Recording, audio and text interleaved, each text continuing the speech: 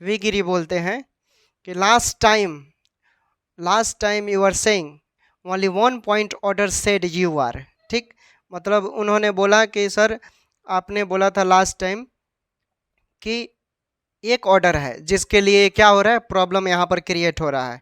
फिर उन्होंने तब उनके तरफ से कॉन्टेक्ट बेसिस के एडवोकेट ने बोला कि not one there issue are two my lord, उन्होंने बोला, जो कॉन्टेक्ट बेसिस के एडवोकेट थे। ठीक, और फिर इस पर वी गिरी ने बोला कि ओनली वन इशू। ठीक, तो फिर इन दोनों की बात सुनकर गवर्नमेंट ने कहा, सुप्रीम कोर्ट ने कहा कि गवर्नमेंट मेड रूल, मतलब गवर्नमेंट रूल बनाती है और रूल पर खेला हो रहा है, ये बोलते हुए वो हंस कर बोले। ठीक, फिर सुप्रीम कोर्ट ने कहा कि last time you are saying state are saying exam basis. ठीक, इस पर एडवोकेट साहब ने कहा कि yes my lord, state are saying exam basis. अब पहले से वो रिस्पोंडेंट बनाया है कॉन्टेक्ट बेसिस में अर्चना कुमारी जो क्वालिफाई है, और अर्चना कुमारी जो है पहले से वो सिलेक्टेड स्टूडेंट है। State clear satisfied, supreme court ने कहा कि स्टेट आकर क्लियर करे, सेटिस्फाइड करे। ठीक है, तो ठीक है, तो इस पर उन्होंने कहा कि स्टेट का जो केस है, जो SLPA है महोदय, वो एक्सेप्ट हो चुका है।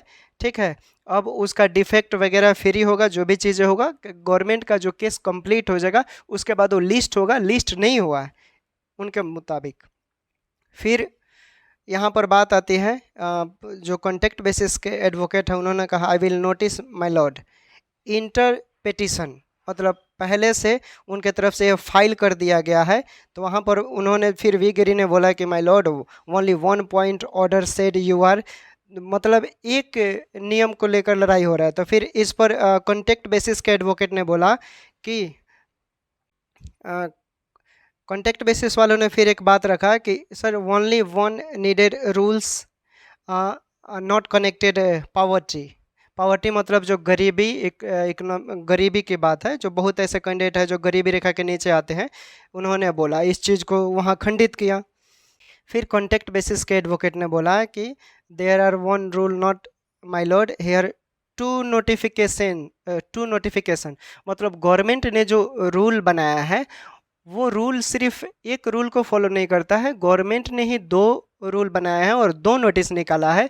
एक जैसे कि आपको मालूम है 2022 और दूसरा 2023। 2022 का नोटिस जो बोलता है वो क्या बोलता है, वो बोलता है कि वहाँ पर मार्क्स बेसिस पे, काउंसलिंग बेसिस पे होनी चाहिए। फिर 2023 में जो गवर्नमेंट ने रूल निकाला वो बोला कि एग्ज़ाम बेसिस पे होना चाहिए। फिर यही हुआ। फिर उन्होंने बोला कि my lord not short date by issue, contact basis के एडवोकेट ने बोला कि not short date by issue. तो जज साहब ने क्या किया, अक्टूबर का डेट दे दिया है। ठीक है, अक्टूबर में सुनवाई होगा, आप लोग को 10वें महीने में होगा सुनवाई। ठीक है, फिर उन्होंने सुप्रीम कोर्ट के न्यायाधीश महोदय ने बोला कि जो आपने जजमेंट लगाया है केरला या हिमाचल प्रदेश, उन्होंने बोला बिहार के लिए कि यहाँ पर काउंसलिंग बेसिस पे हो। ठीक, लेकिन गवर्नमेंट को यहाँ क्लियर करना होगा कि वो किस चीज़ को समर्थन करेगी। तो उन्होंने बोला कि गवर्नमेंट का केस लिस्ट हो चुका है, शॉर्ट डेट नॉट इशू, मतलब छोटा डेट ना मिले महाशय, थोड़ा लंबा दीजिए। तो एडवोकेट के बदौलत ही डेट मिला है। ठीक है, अपने से इन लोगों ने कॉन्टेक्ट बेसिस के एडवोकेट ने भी बोला कि not short date by issue. आप वीडियो देखे होंगे, आपको आप सुन लीजिए किसके एडवोकेट ने क्या बोला। अब स्पेशली बात यहाँ पर ही आती है, आप समझ गए होंगे। कॉन्टेक्ट बेसिस के एडवोकेट जो बात रखे हैं वो जो हकीकत बात है, उन्होंने भी यही रखा कि रूल 2 हैं।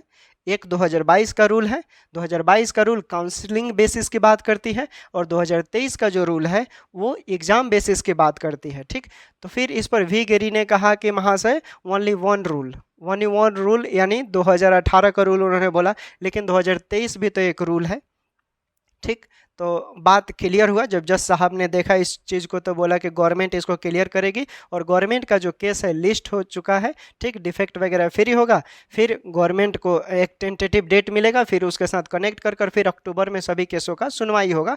तो एक डेट मिल चुका है आप लोग को लंबा, और उस पर अब सभी लोग पॉजिटिव ही रहिए। ठीक है ना, अच्छा ही होगा, क्योंकि बार बार सुप्रीम कोर्ट बोल रही है कि गवर्नमेंट एग्ज़ाम बेसिस की बात कर रही है, ठीक। और उन्होंने पहले ही बोला है कि हम गवर्नमेंट का निर्णय जानना चाहते हैं और गवर्नमेंट का निर्णय क्या है ये सभी को मालूम है, ठीक।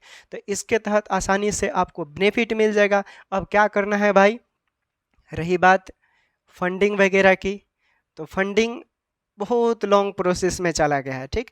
बिहार सरकार का जब तक केस क्लियर नहीं होता है तब तक अभी आपको डेट पे डेट ही एक्सटेंड होते रहेंगे, ठीक ना।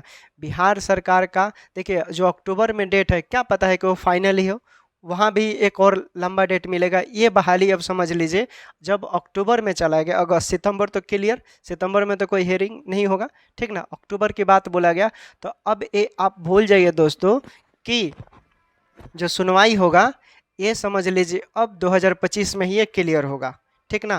2025 तक ही ये केस क्लियर होगा समझ लीजिए। और आपको मालूम है कि गवर्नमेंट ने कहा है कि इस जब तक ये बहाली क्लियर नहीं होगा तब तक जो 15,000 45,000 जो स्वास्थ्य विभाग में बहाली आए हैं वो भी आपको कैसे नोटिस होगा।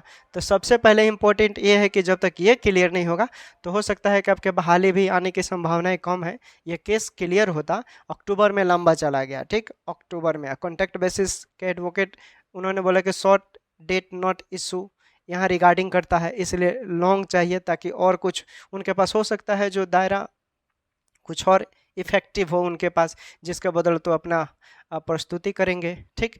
तो आप सब चीज़ घुमा फिरा कर एक ही बात आता है, नियमावली की लड़ाई, ठीक। लेकिन जो चीज़ें है, एक और चीज़ हम कहना चाहेंगे इस वीडियो में, क्योंकि एक चीज़ नहीं बोला गया, जैसे सुप्रीम कोर्ट ने केरला और हिमाचल प्रदेश की बात कहा, जो उन लोगों ने जजमेंट लगाया है, ठीक। और उन्होंने कॉन्टेक्ट बेसिस के एडवोकेट लोगों ने बोला कि ये काउंसलिंग बेसिस को समर्थन करता है, जिसके बदौलत यहाँ पर ये देखा जाए और पहले से ऑर्डर लगाया गया। लेकिन जो पहले से हम लोग चीज़ें बता रहे थे, जिसको हमारे एडवोकेट साहब को बोलना चाहिए कि जो महाशय जिसके बदौलत जीत मिला है वो तो ऑर्डर ही उसमें थोड़ा सा मिस्टेक है, उस ऑर्डर को जाँच किया जाए। चूँकि सुप्रीम कोर्ट पहले ही उसमें बोला था कि इसमें सुधार करने की ज़रूरत है और अभी तक उस ऑर्डर में सुधार नहीं किया गया। बहुत ऐसे जजमेंट है उसमें जो लगाए गए हैं, तो ये बातें शायद एडवोकेट लोगों ने नहीं रखना चाहिए था, जो हम लोग बार-बार बोले थे और बात भी हुआ था। पता नहीं क्यों नहीं रखे वो लोग, चूँकि ये बेसिक आधार था क्वालीफाई के लिए, ठीक। लेकिन हाँ, यहाँ पर सब चीज़ पॉजिटिव है, अभी ना तो क्वालीफाई को ना ही कॉन्टैक्ट बेसिस को किसी को प्रॉब्लम नहीं हुआ इस सुनवाई से। डेट एक्सटेंड हुआ है, बिहार सरकार का समर्थन सुप्रीम कोर्ट मांगी है और सुप्रीम कोर्ट में बिहार सरकार का जो भी SLPA है वो कंप्लीट हो जाता है तो बारीकी से अपनी बात रखेगी, ठीक है। आज भी बिहार सरकार के एडवोकेट मौजूद नहीं थे, ठीक ना। क्योंकि पहले से ही जब उसने SLPA कर दिया तो बात एक्सटेंड होने वाली थी 100%। मैं पहले ही बोल रहा था कि डेट एक्सटेंड होगा, क्योंकि बिहार सरकार का जब तक केस कंप्लीट नहीं होगा नौकरी बिहार सरकार को ही देना है। तो ये सब चीज़ें थी दोस्तों, ठीक। किसने क्या बोला इस वीडियो में क्लियर हो गया। फिर जैसा अपडेट होगा हम मिलेंगे नए वीडियो में, ठीक। किसी भी तरह का निगेटिव बात चलेगी फिर उसके अकॉर्डिंग भी हम लोग आएंगे और आप लोगों से बात करेंगे। ओके, ठीक है, बाय बाय, अपना ख्याल रखें। और एक और चीज़ कहना चाहेंगे कि जो भी चीज़ें हैं सब चीज़ ठीक है, कोई हताश ना हो, ठीक है ना। नहीं तो कई लोग ऐसे होते हैं कि ये कोई भी अगर यूट्यूब पर आकर कुछ बोलने लगता है तो लोग मैसेज करने लगते हैं कि ये हो गया वो ये बोल, अरे मुंह है तो कोई भी बोलेगा। भारतीय संविधान सबको बोलने की आज़ादी देता है, कोई भी बढ़ा चढ़ा कर एक के बाद का दो को वैसे बोल सकता है, ठीक ना। तो यहाँ पर सब चीज़ ठीक है, कुछ भी किसी के साथ गलत नहीं हुआ है। हाँ, क्वालीफाई का जो चीज़ था पहले से बरकरार है कि बिहार सरकार का इशू जानना चाहते हैं और बिहार सरकार पहले से ही अपना SLPA दर्ज कर दिया है। जब तक उसका केस कंप्लीट नहीं होता है तब तक उसकी बातें वहाँ पर नहीं रखी जाएगी, ठीक। अगर नहीं किया होता तो बिहार सरकार पहले भी अपनी बात रख सकता था, लेकिन SLPA किया है तो अपनी बात अलग से रखेगा, ठीक ना। उसके एडवोकेट अलग से जाएंगे तो ये केस लॉन्ग वे में चलेगा, लॉन्ग प्रोसेस। अब कितने साल तक चलेगा अब देखिए, आपके एडवोकेट लोग ही बता सकते हैं। ओके, चलिए मिलते हैं नेक्स्ट वीडियो में। टेक केयर, अपना ख्याल रखिए और देखते रहे स्टैंड BPSC।